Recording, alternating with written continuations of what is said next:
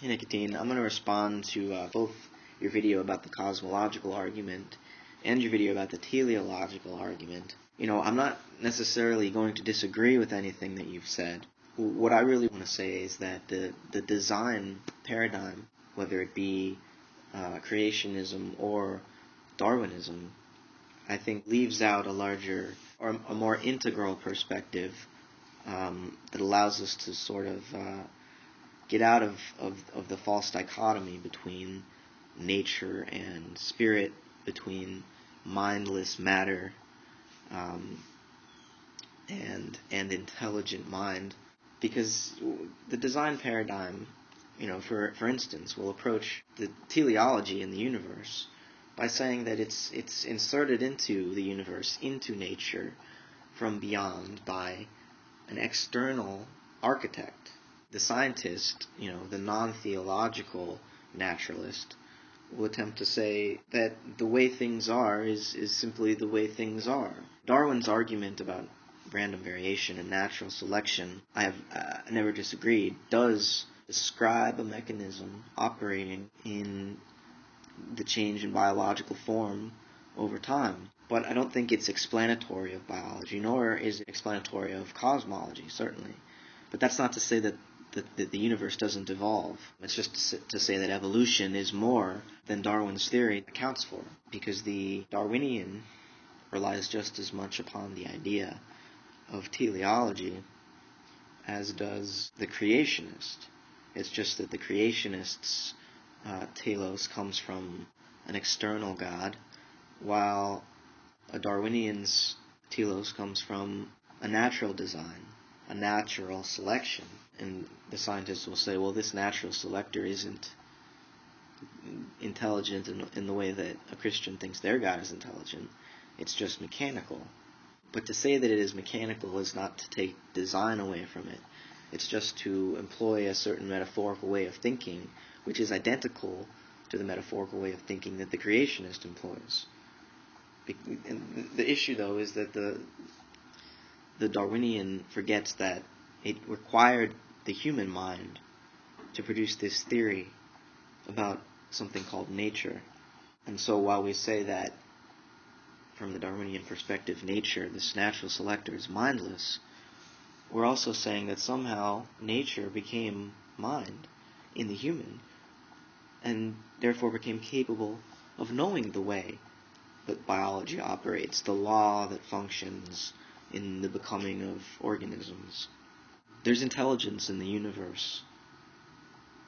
And for us to be able to claim that the universe is mindless, for us to propose that theory and attempt to test it, we ourselves must be intelligent. Otherwise, what is it we're trying to compare nature to in order to assert that it is unintelligent? And I posted a couple comments to your latest video, Nicotine, where I said that we can't avoid trying to understand the universe in a subjective as well as an objective way. In other words, when we think about the nature of existence, of course these thoughts are going to be value-laden. If I say that the universe is good, that it is desiring goodness, most evidently in human society, but certainly human society is an expression of the universe, and so the goodness and the evil expressed by human society is a product of the universe.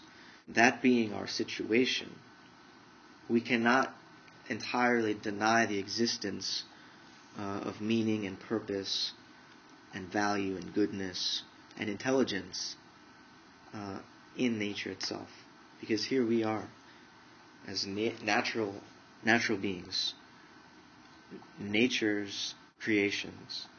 You mentioned complexity, Nicotine, and you question whether complexity is,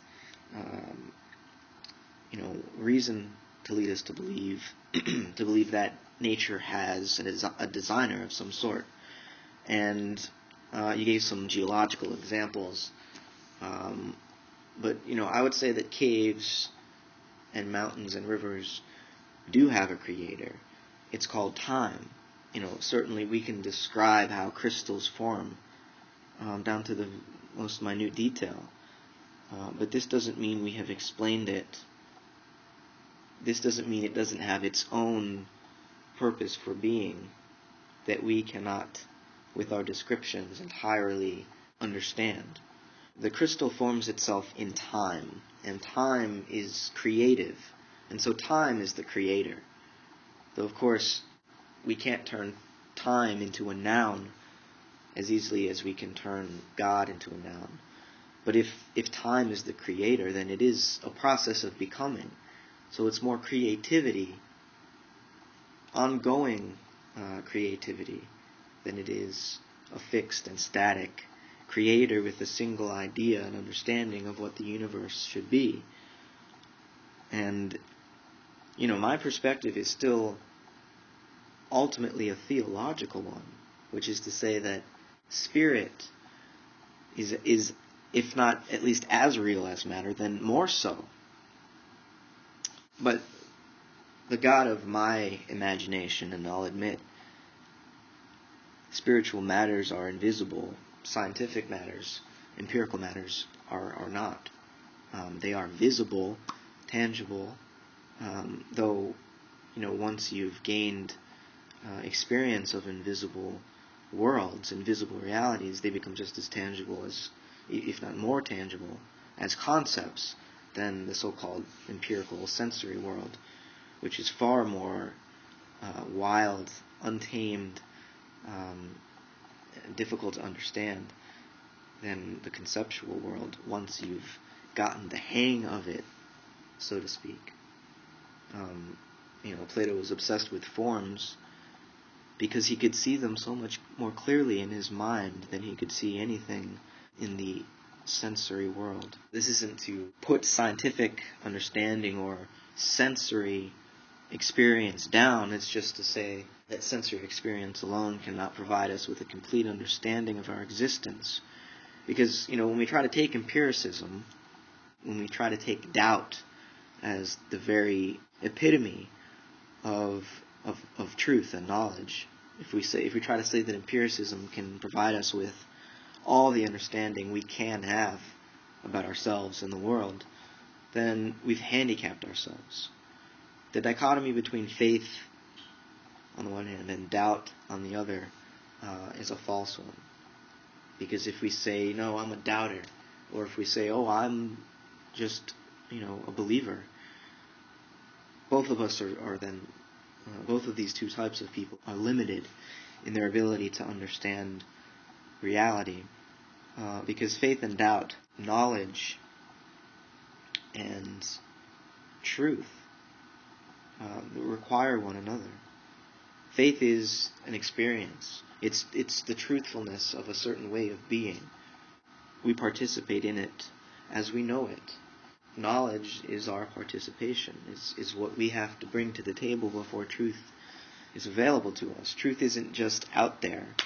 It's something we have to come to know in ourselves, which is not to reduce it to ourselves, but to say that the world only responds to our questions when we are ready to hear them, to hear their answers. This is an epistemology that is participatory rather than a subject's attempt to represent an object external to it. I don't think that the universe, when we're talking about a cosmological perspective, a big picture perspective, can be so simply divided into subjective and objective elements. Cosmos means whole, and the whole cannot be parted into a conscious human aspect, a purposeful, meaningful human aspect, and a non-purposeful, mindless, natural aspect. Both of these participate with one another in creating that which we are, that which we believe, that which we see. It's all the cosmos creating itself. And so, I think everyone should look at the wiki page, the Wikipedia page for the anthropic principle, which isn't wonderful. I actually might go try to add something to it eventually, because I think what it leaves out is this idea that we necessarily live in a universe related to truth, goodness, and beauty, because the human being is related to these three. And so, if the universe created the human, and if the human in its own way creates the universe, we're in this situation, this quite paradoxical situation, where we cannot know anything called unintelligence or mindlessness. We cannot but see meaning in our world, even if, as Nicotine seems he wants to, even if we argue that it's merely a value projection to say that human existence is better than a universe without humans. It's no less a value judgment to say the opposite, or even just to call into question whether we're capable of saying that humans are good for the universe or bad for the universe. Even pleading ignorance is still a value judgment. We cannot help but relate to the universe in a personal way, because we are persons. And so personality is something the universe does. And so our cosmology has to be scientific, certainly. We have to pay attention to what our empirical investigations show us. But that empirical revelation is not the only type of revelation, not the only type of truth that we have access to and that we must pay attention to. Even the scientist is a moral being, a cultural being, a historical being, who is a person at the end of the day, and who takes their existence seriously. Even their work as a scientist, they want to know the universe, sometimes as an object, as a mere machine, for a reason.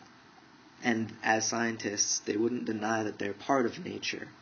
And so nature is reasonable, as expressed by the human being's attempt to know it as such. The scientists can't deny this either. We just then have to see that the knower and the known are part of the same universe.